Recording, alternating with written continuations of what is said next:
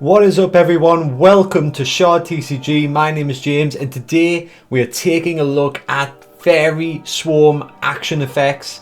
We're looking at all the creatures that have the Faerie Swarm action effect in set 1 and including the ones that we have already set for set 2. It's really exciting. I've been looking forward to doing this video for a long time, ever since we've done the Rodent Swarm action effect video, which I'll put a link up in the top right corner now if people have missed that one.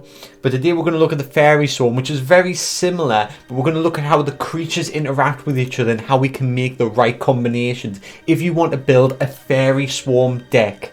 Right, so the first one we're looking at is probably the essential one for any Faerie Swarm deck, and that is the Nymph, because the Nymph also has elemental aura.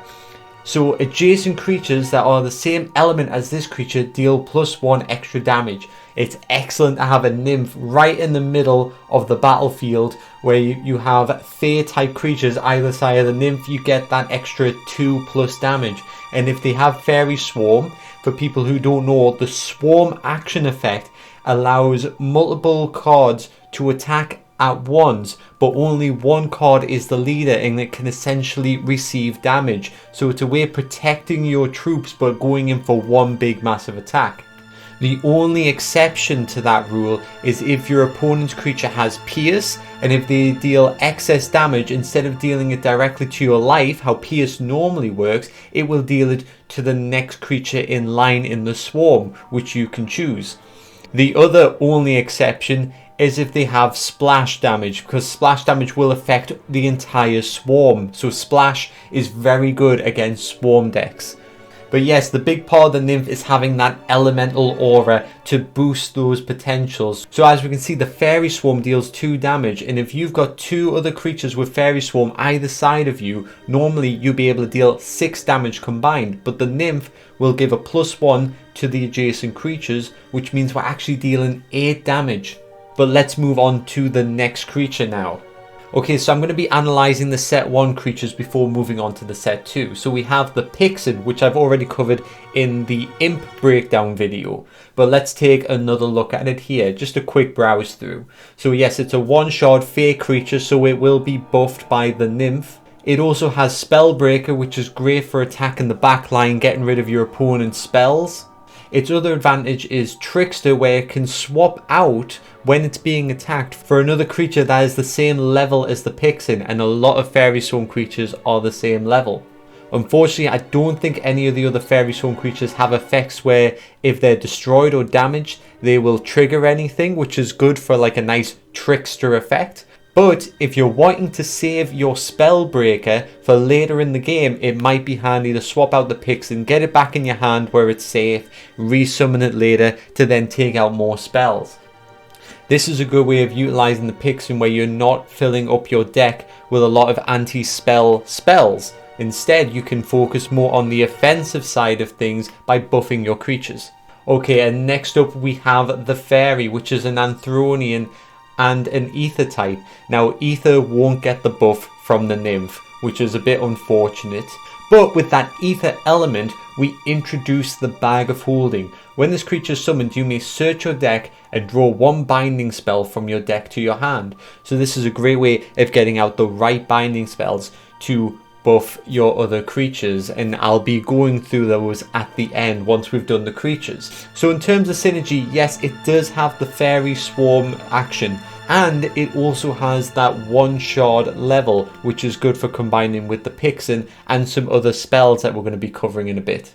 Its Bag of Holding effect does allow you to expand on your strategy, which is always good, and its counter attack, even though it's underwhelming with only a 1 attack, does have the fear action. And if you're not sure what the fear action does, you can go on the Shard TCG website, links in the description below, and we have all the actions listed out in what they do in detail. So if you want to learn a bit more about the game, dive into that, get stuck in, get involved, become the master of Shard. Alright, and next up we have the Pixie. Now the Pixie with its lovely RGB wings, which I absolutely love. This was Richard's idea to do this. I was asking him what colours should make the wings. I wanted to go maybe semi-transparent like I did with the with the fairy. But Richard went, what about all the colours? So I tried it and I thought it looked amazing. Maybe we added to the lore that it has some kind of camouflage ability like that. Maybe it cocoons up and blends in because of it is capable of changing those colours. That would be a brilliant effect. I also took a part of the wing design from the Nymph as well. So really, even though I designed this is definitely more of Richard's design. This has really got Richard's influence plastered all over this creature. And it's a great creature. And what else makes it great? It has the Fae element, so it does work with the Nymph, as well as the one shard, which means we can coordinate with the Pixie. It's got the Faerie Swarm, which means it coordinates with the Fairy, the Pixie and Nymph. And then it also has Thirst, which I think the Nymph had as well, but I forgot to cover that. Now Thirst only being a 1 attack is underwhelming,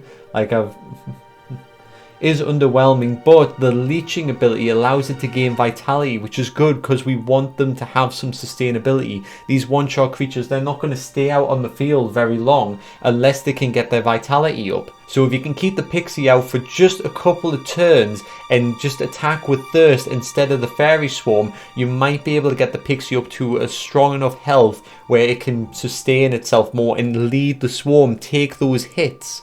Because if it had 4 or 5 health rather than its 2 health and you're getting counter-attacked, you can take up to a 4 counter-attack with 5 health, which makes the Pixie great for leading swarms. You might want to make that your swarm leader. Now we're diving into its effect, Espy. When this creature is summoned, you may target a binding spell on an ally creature. You may return the binding spell to the owner's hand. You gain the mana equal to the mana cost of the binding spell. Now this is good for reutilizing some spells. So you bind one creature, but then later on that creature gets peppered with wounds and it's not very useful. You know, it's on its last legs. It's gonna go, it's going out. You know it's gonna get taken out by your opponent. You summon the Pixie, grab the spell off it. You can reutilize that spell. It's a good way of doing it. There are other tricks you can do with the Pixie, but that's combining it with the Anthronian creature, the Gobbo, where essentially you can summon the Gobbo, and the Gobbo can have a binding spell for 1 less mana cost. So bind it with a 1 mana cost spell, summon the Pixie, bring back that mana cost spell, and you gain the mana for free. It's free mana. So that's a fun combination, but we're not diving into Anthronians today. But it's another fun little combination you can do. I suggest you look that up. Like I've already mentioned, you can go to Shard TCG, you can look up all the cards that we have made so far. So go in Anthronians, you'll see what I mean. Look at those two combinations side by side. You might want to build some kind of deck like that. Alright, and next up we have the Adraxi, and I love this little guy. This is essentially the Rodent Swarm equivalent to the Kobold. The Kobold does have Allied Front, which is the same effect as the Adraxi. When this creature is summoned and there are more opposing creatures than allied creatures, you may free summon a one-shot creature. So the Adraxi is great to bring out on its own just to get you started. If your opponent has a couple of creatures, then you can get a second one out for free. Once again, it doesn't have that element sync up. It doesn't tie in with Fae because it is an order element. But at the same time, we do have that one shot, so it's great for swapping out. Essentially, you can have a Pixie out on the field if that's your only Pixie. Your opponent has a couple of monsters.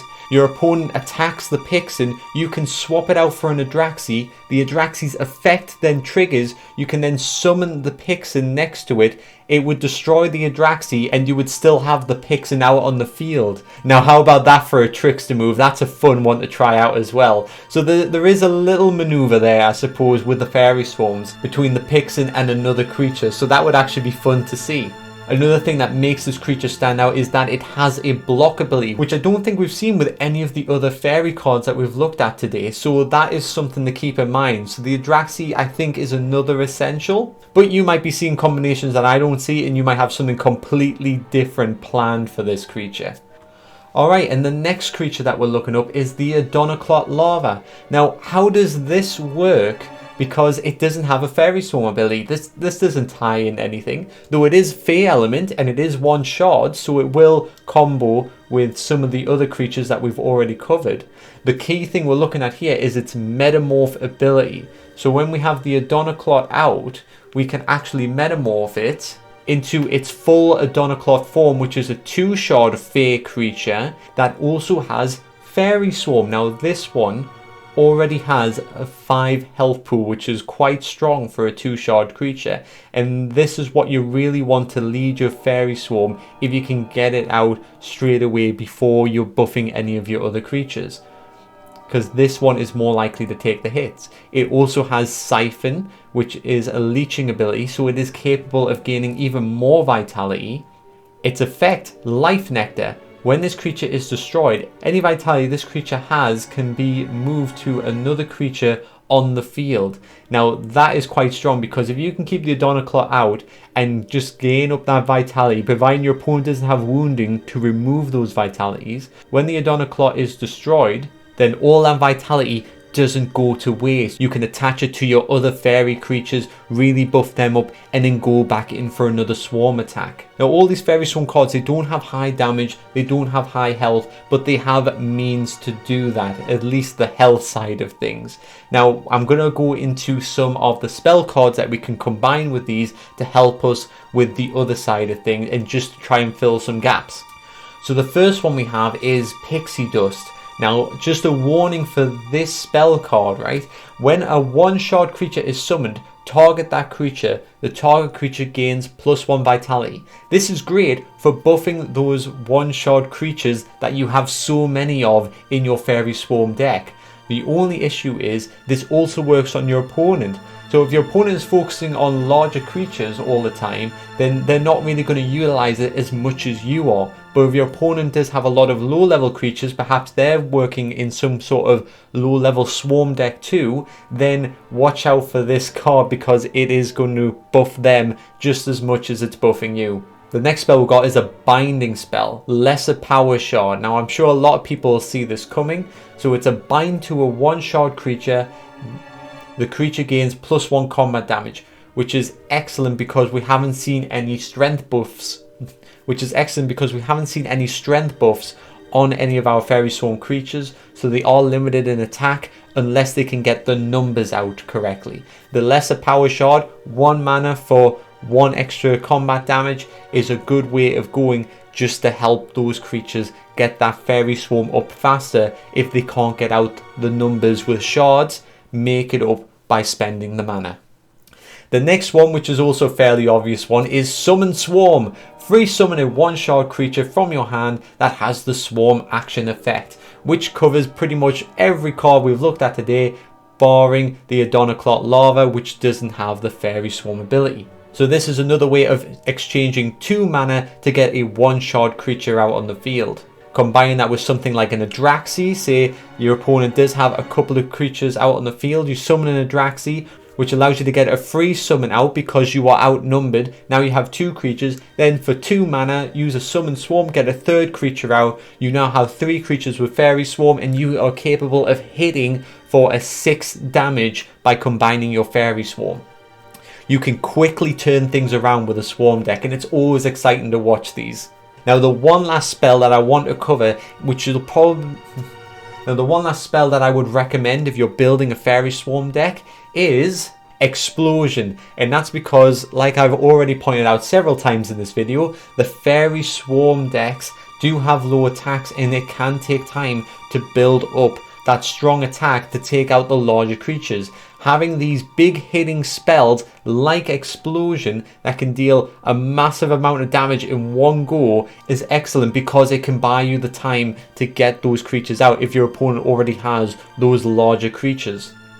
Right, well that is 11 cards that I've shown you today, and these are just my recommendations for a Faerie Swarm deck. But if you have some other suggestions, some other alternate creatures that would maybe blend in, or some other spells that you think that would gel really well with Faerie Swarm decks, put them in the comment section below, because I would love to see where I went wrong. I'm always willing to learn. I'll admit my mistakes when I see them. But yes, if you've got anything cool, don't forget to show me, and please like and subscribe, and I'll see you guys next time.